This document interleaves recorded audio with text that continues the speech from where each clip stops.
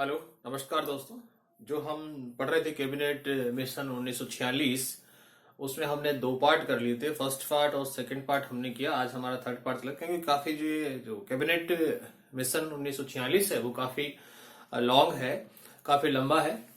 इसके बाद में अब ये जो पार्ट है, इसके बाद की बात करें तो इसमें कम से कम दो पार्ट और बनने वाले हैं। तो कुल मिला के हम बात कर ले तो 5 या 6 पार्ट इसके बनेंगे कैबिनेट मिशन के, जिसमें आपका पूरा कैबिनेट मिशन 1946 है वो क्लियर हो जाएगा। उम्मीद है कि आप लोगों को जरूर पसंद आएगा। हाँ, कुछ टेक्निकल्स प्रॉब्लम्स की वजह से आपको यहाँ क्लियरिटी नजर नहीं आ पाएगी। उसके लिए मुझे भी खेद है, क्योंकि अभी मेरे पास ऐसे कंपोनेंट्स उपलब्ध नहीं है जिसका मैं आगे एक उनका यूज करते हुए आपके लिए करूं। हाँ, संभव हुआ तो मैं कुछ समय बाद जब आप मुझे सपोर्ट करेंगे, मुझे जो भी कुछ मिलने वाला है इधर से वो सारा मैं आपके लिए इस टेक्निकल इंस्ट्रूमेंट में लगा दूंगा। और उम्मीद है कि आप लोग मुझे डेफिनेटली सपोर्ट करेंगे और मैं आपके लिए सब कुछ करने के लिए तैयार रहूंगा।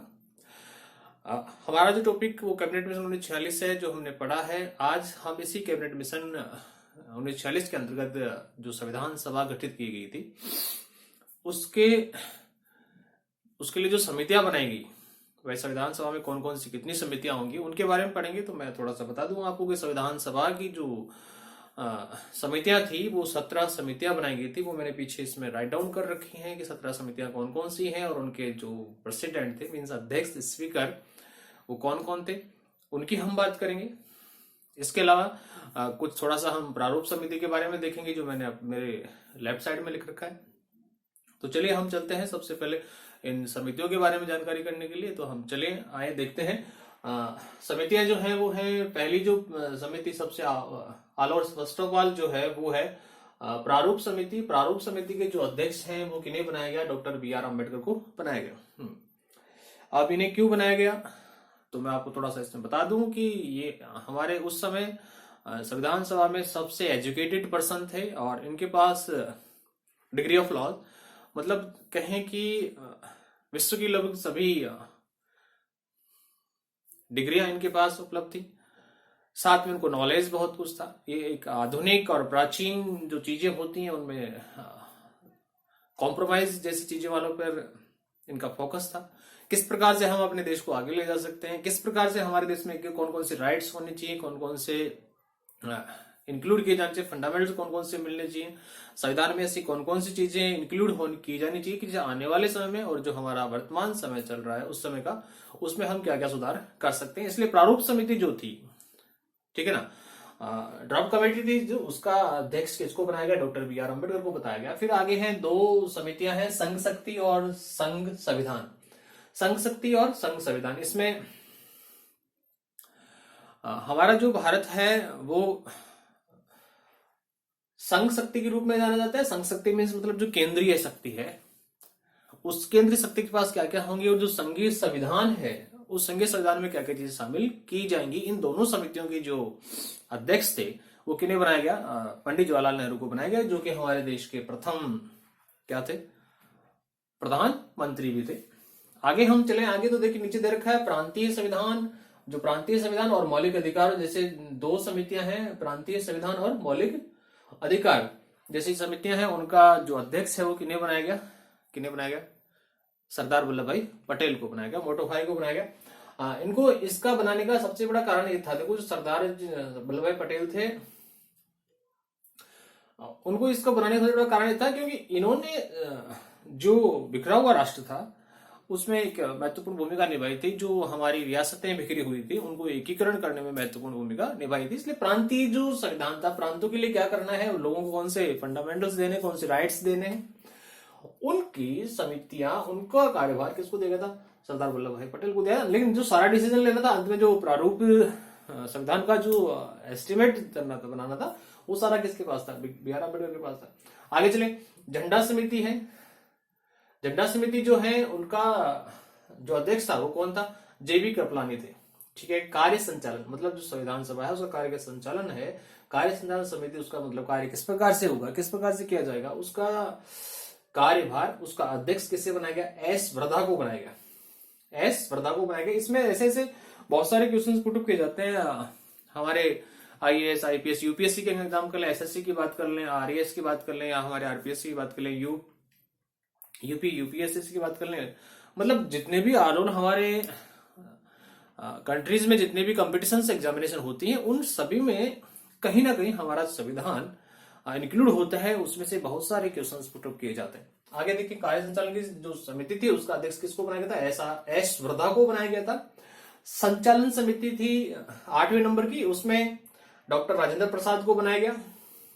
फिर सर्वोच्च न्यायालय या न्यायिक समिति, इसको हम कैसे ऐसे कह सकते हैं, कभी एक बार यूपीएससी के एग्जामिनेशन में आया था कि न्यायिक समिति का जो अध्यक्ष था वो किसे बनाएगा। अब यहाँ दे रखा है सर्वोच्च न्यायालय, कंफ्यूजन वाली बात हो गई, तो इसका थोड़ा ध्यान रखें। सर्वोच्च न्यायालय या न्यायिक समिति जो थी उसका अध्यक्ष किसे बनाया गया था? एस बारदाचार्य। ये थोड़ा नाम समझ लें आप, एस बारदाचार्य, ये थोड़ा हमारे साउथ इंडियन का नाम है, एस बारदाचार्य। ठीक है, फिर इसके बाद हम आगे बात कर लें तो मूल अधिकार उप समिति, एक मौलिक अधिकार और एक मूल अधिकार, ठीक है ना, दोनों एक ही हैं। इस जो मेन समिति है उसका जो अध्यक्ष है वो तो कौन है? सरदार वल्लभ भाई पटेल थे उस समय। और जो मूल अधिकार उप समिति मतलब ब्रांच बना लेते हैं, डिवाइडेशन करके उसका एक शाखा बना लेते हैं, उसी प्रकार उप समिति थी, उसके अध्यक्ष किसको बनाया गया? जेबी कृपलानी। जेबी कृपलानी 2 में आगे शामिल हो गए साहब, ये हमें ध्यान रखना है, ठीक है ना। हमें अगर इनके नाम वाइज हम देखें तो ये भी कह सकते हैं कि झंडा समिति और मूल अधिकार उप समिति के अध्यक्ष कौन थे साहब? जेबी कृपलानी थे, ठीक है ना। नेहरू किसके थे साहब? संघ और संविधान के थे साहब। और प्रांतीय और मौलिक अधिकारों के अध्यक्ष कौन थे साहब? सरदार, दोनों के सरदार थे, ठीक है ना। नेहरू के पास कितने थे? 3 डिपार्टमेंट थे, 3 समितियां थी, राज्यों के लिए समिति और संघ शक्ति और संघ संविधान, इन तीनों का अध्यक्ष कौन था? नेहरू जी थे, ठीक है। हमने यहां तक क्लियर कर लिया। मूल अधिकार उप समिति किसके पास थी? जेबी कृपलानी के पास थी। और इससे पहले झंडा समिति भी किसके पास थी? जेबी कृपलानी के पास थी। तदर्थ समिति ये थी एस वर्धा के पास। अब एस वर्धा के पास 2 समितियां हुई तुरंत उस समय के लिए, ठीक है ना, उपलब्ध जो चीज होती है उसके लिए। एस वर्धा, तदर्थ समिति और कार्य संचालन समिति। इसके बाद हम आगे चले, थोड़ा मैं पीछे जाता हूं, मेरी इसमें साइड मेरी छाया है जो इस बोर्ड पे पड़ रही है। देखिए आगे देखते हैं, इसमें अल्पसंख्यक समुदाय, अल्पसंख्यक समिति, ठीक है ना। इसके जो अध्यक्ष थे वो कौन थे भाई? एच.सी. मुखर्जी। कौन थे? एच.सी. मुखर्जी। राज्यों के लिए जो थी समिति उसके लिए कौन थे? नेहरू जी हैं। प्रक्रिया नियम समिति, इसके थे डॉक्टर राजेंद्र प्रसाद। अब डॉक्टर राजेंद्र प्रसाद भी हैं, 2, 3, ये भी 3 बार आ चुके हैं। मैं अब आपको बता दूंगा अभी कौन कौन से किस किस प्रकार से हैं, ठीक है। परामर्श समिति है, परामर्श समिति, ठीक है ना। अभी हम इसके आगे पढ़ेंगे। सचिवालय की परामर्श संविधान परामर्श समिति है, उसने एक इसका वो बनाया था, उसका भी है परामर्श समिति। इसके अध्यक्ष कौन थे? सरदार वल्लभ भाई पटेल। राष्ट्र ध्वज, झंडा समिति, राष्ट्र ध्वज, ठीक है ना।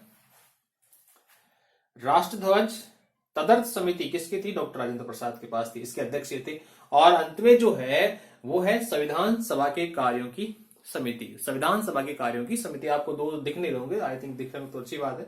मैं आपको बता दूं 15वें नंबर का जो है वो परामर्श समिति सरदार वल्लभ भाई पटेल इसके अध्यक्ष थे। फिर राष्ट्र ध्वज तदर्थ समिति थी, इसके अध्यक्ष डॉक्टर राजेंद्र प्रसाद थे।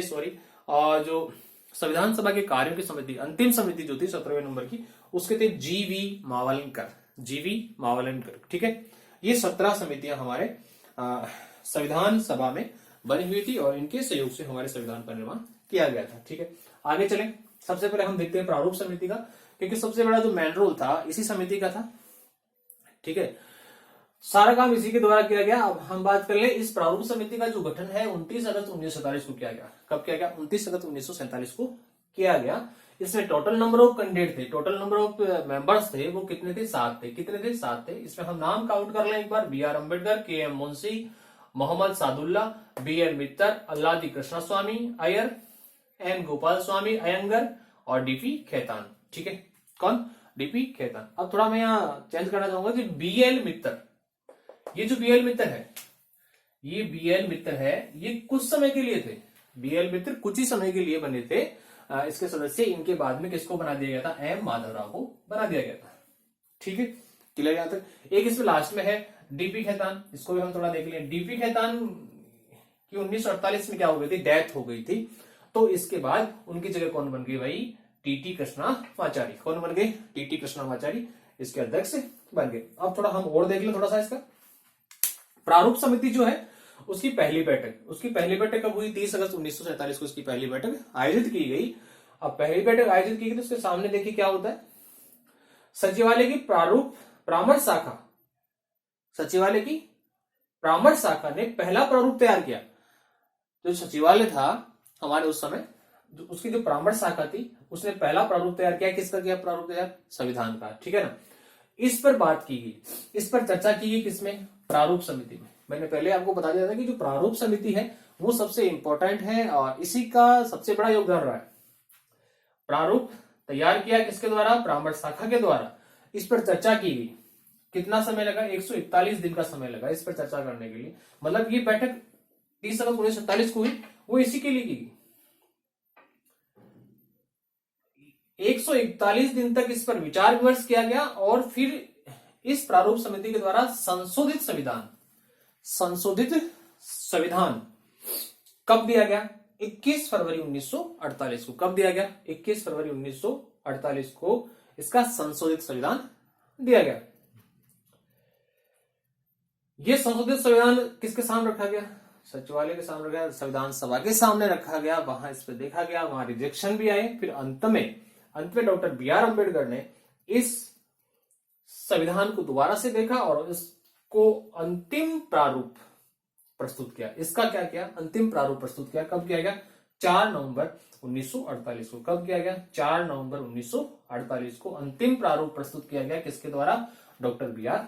अम्बेडकर के द्वारा। तो डियर फ्रेंड्स, मेरे दोस्तों, मेरे विद्यार्थियों, मेरे छात्रों और आने वाले फ्यूचर के गवर्नमेंट एम्प्लॉयज, तो ये था हमारा समितियों का एक लेखा जोखा कि कितनी समितियां थी। हमने प्रारूप समिति के बारे में देख लिया।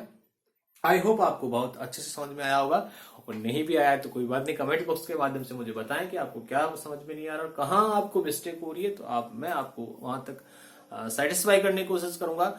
साथ में मैं आपसे पॉलिटली रिक्वेस्ट भी करूंगा कि आप मुझे लगातार वॉच करते रहें, वीडियो को देखिए, शेयर करें, अपने ग्रुप्स में इसको शेयर करते रहें और हो सके तो चैनल को सब्सक्राइब करें, लाइक जरूर करें। चलिए, आज तक इतना ही काफी है। कल हम फिर मिलते हैं एक नई वीडियो के साथ। तब तक के लिए नमस्कार, जय हिंद, जय भारत। मैं एक बार फिर से आपके सामने रिपीट कर देता हूँ, साइड में होके आप देख लीजिए। हम समितियों की बात कर रहे थे।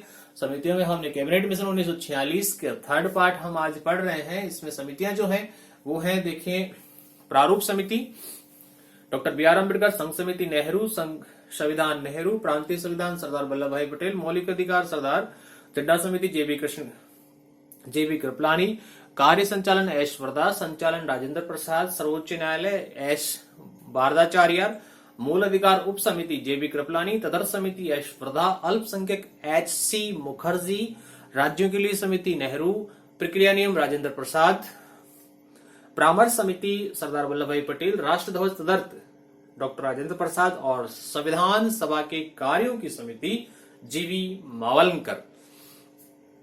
इस प्रकार ये 17 समितियां मैंने आपको बता दी हैं, ये काफी इंपॉर्टेंट है। इसके अलावा हमने प्रारूप समिति के बारे में कुछ पढ़ा है कि इसका जो निर्माण है 29 अगस्त 1947 को हुआ। इसमें कुल मेंबर थे वो कितने थे, 7 हैं। हम नाम की बात करें तो doctor Ambedkar, K M. Munshi, Mohammad Saadullah, B L. Mitra, Alladi Krishnaswami Iyer, N. Gopal Swami Ayyangar और डी.पी. खेतान। जिसमें बी.एल. मित्र कुछ समय के लिए उनके स्थान पर कौन बने, एम. माधवराव बने, और डी.पी. खेतान की मृत्यु हुई 1948 में और उनकी जगह कौन बने, टी.टी. कृष्णामाचारी बने। पहली बैठक प्रारूप समिति की 30 अगस्त 1947 को आयोजित की गई, जिसने सचिवालय के परामर्श शाखा के द्वारा जो पहला प्रारूप तैयार किया गया था उस पर विचार विमर्श किया। इस पर विचार विमर्श करने में 141 दिन का समय लगा और फिर इस प्रारूप समिति ने संशोधित संविधान को संविधान सभा में 21 फरवरी 1948 को रखा, लेकिन वहां भी इसमें रिजेक्शन हुए। फिर अंत में डॉक्टर बी.आर. अम्बेडकर के द्वारा 4 नवंबर 1948 को अंतिम प्रारूप प्रस्तुत किया गया और उसे स्वीकार किया गया। इस प्रकार ये हमारा आज का वीडियो था। अच्छा लगे तो शेयर और जरूर करें। नमस्कार, जय हिंद, जय भारत।